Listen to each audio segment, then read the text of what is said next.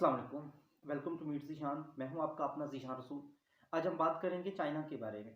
China की scholarship हासिल करने के लिए आपके पास कौन-कौन से डॉक्यूमेंट्स रिक्वायर्ड हैं, उन सब के लिए हम बात करेंगे और बहुत ज़्यादा तफ़सील से बात करेंगे। इसके लिए पहले ही माज़रत क्योंकि हमारी वीडियो थोड़ी-सी लंबी होने वाली है, लेकिन ये वीडियो आपके लिए बहुत ही फ़ायदेमंद साबित होगी अगर आप चाइना में जाकर पढ़ना चाह रहे हैं और अपनी आने वाली ज़िंदगी के कुछ वक़्त जो है वो बदलना चाह रहे हैं। सबसे पहला क्वेश्चन तो ये राइज़ होता है, व्हाई चाइना?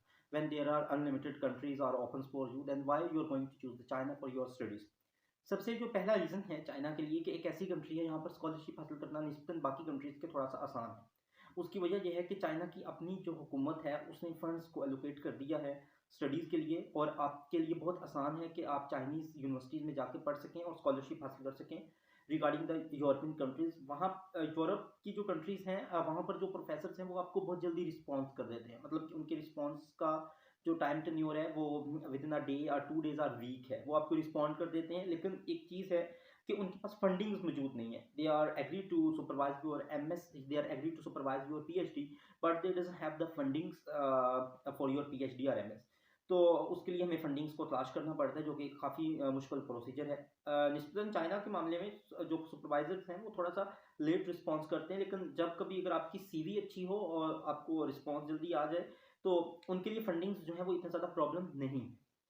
चाइना एक इमर्जिंग कंट्री है जो कि इस वक्त पूरी दुनिया पर साइंस की फील्ड और टेक्नोलॉजी की फील्ड में अमेरिका के साथ मुकाबले में आगे बढ़ रही है, और आने वाले कुछ सालों के बाद इसकी जो रिसर्च है वो बहुत हाई लेवल पर होगी। इम्पैक्ट फैक्टर्स के अच्छे जो जर्नल्स हैं वो चाइना के अंदर हैं। चाइना के काफ़ी सारे ऐसे जर्नल्स हैं जो कि दुनिया के टॉप ब्रांड में जा रहे हैं।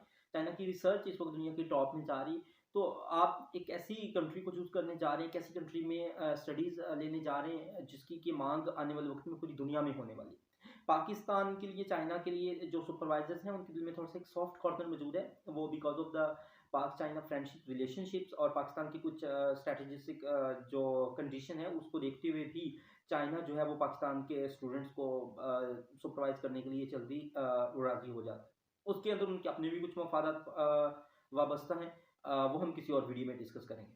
अब चाइना की यूनिवर्सिटी में एडमिशन लेने के लिए चीज़ें क्या चाहिए?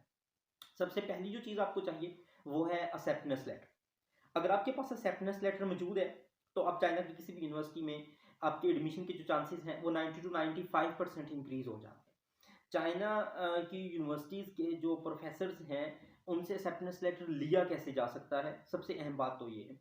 चाइना की जो प्रोफेसर्स हैं उनसे एक्सेप्टेंस लेटर लेने के लिए आपको उन्हें ईमेल्स करनी पड़ेंगी। वो ईमेल्स किस तरह की होनी चाहिए, उसके बारे में हम अपनी दूसरी वीडियो में बात कर चुके हैं, जिसका लिंक इस वीडियो के डिस्क्रिप्शन में मौजूद है, आप वो वहाँ से चेक कर सकते हैं।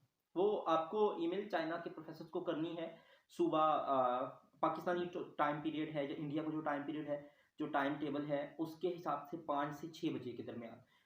मतलब सुबह सादक सादक के वक़्त आपने ईमेल्स करनी है। उस वक़्त वहाँ पर तकरीबन दिन के कोई 9 बजे होंगे जब उनका ऑफ़िस टाइम ओपन होगा। आपकी ईमेल्स फ़ौरन ही वो पढ़ेंगे और अगर उन्होंने रिस्पॉन्ड करना हुआ तो वो लाज़िमन तौर पर रिस्पॉन्ड करें। ईमेल करने के लिए काफ़ी सारी चीज़ें जो हैं उनको मलूज़ ख़त रखा जाता है, जिसके बारे में हम ऑलरेडी डिस्कशन कर चुके हैं, तो आज हम इस वीडियो में नहीं करेंगे। बस आपकी ईमेल एक प्रोफ़ेशनल ईमेल होनी चाहिए और जो प्रोफ़ेसर है उसको टाइमली जो है वो एक टाइम टेबल पर मिलनी चाहिए। अगर आप दिन के 12 बजे उसको करेंगे तो maybe there are chances कि वो आपकी ईमेल को रिस्पॉन्ड ही ना करे, क्योंकि वो उस तक पहुँच नहीं पाएगी, वो स्पैम में चली जाएगी या बाकी सारी ईमेल्स के नीचे दब के रह जाएगी। क्योंकि बहुत सारे लोग एक ही टाइम पर टारगेट कर रहे होते हैं प्रोफ़ेसर्स को, तो हो सकता है कि आपको जल्दी वो आपकी जो ईमेल है वो जल्दी उसको रिसीव ना हो पाए। ईमेल करने के बाद अगर आपको 1 वीक के अंदर रिस्पॉन्स नहीं आता तो आप 1 वीक के बाद दोबारा फिर उसी ईमेल के रिप्लाई के साथ उसे मैसेज करें कि I am waiting for your response. क्योंकि एक्सेप्टेंस लेटर लेने का मतलब है कि आपके 90% चांसेस हैं वो सिक्योर हो चुके हैं।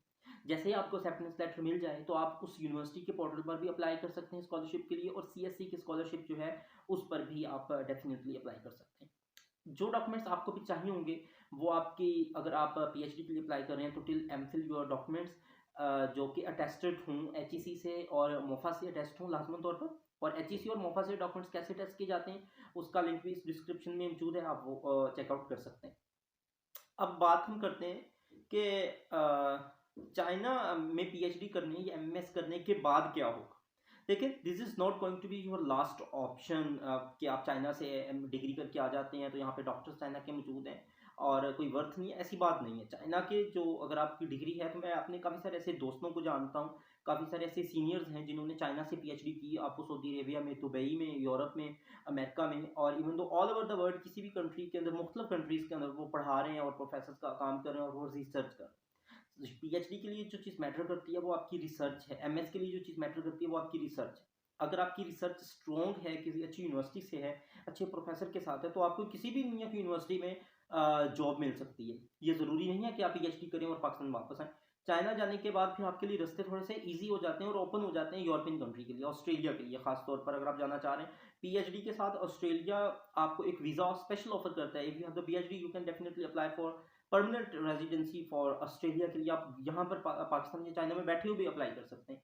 तो चाइना को अगर आप कंसीडर कर रहे हैं स्कॉलरशिप के लिए, तो आपके पास एक्सेप्टेंस लेटर मौजूद होना चाहिए, आपके पास पुलिस वेरिफिकेशन का एक सर्टिफिकेट है वो मौजूद होना चाहिए, आपके पास फिजिकल एग्जामिनेशन सर्टिफिकेट मौजूद होना चाहिए। उसके अलावा आपके जो डॉक्यूमेंट्स हैं वो डॉक्यूमेंट्स में दो चीज़ें हैं, एक तो डिग्रीज हैं और दूसरी सर्टिफिकेट्स और एक ट्रांसक्रिप्ट है।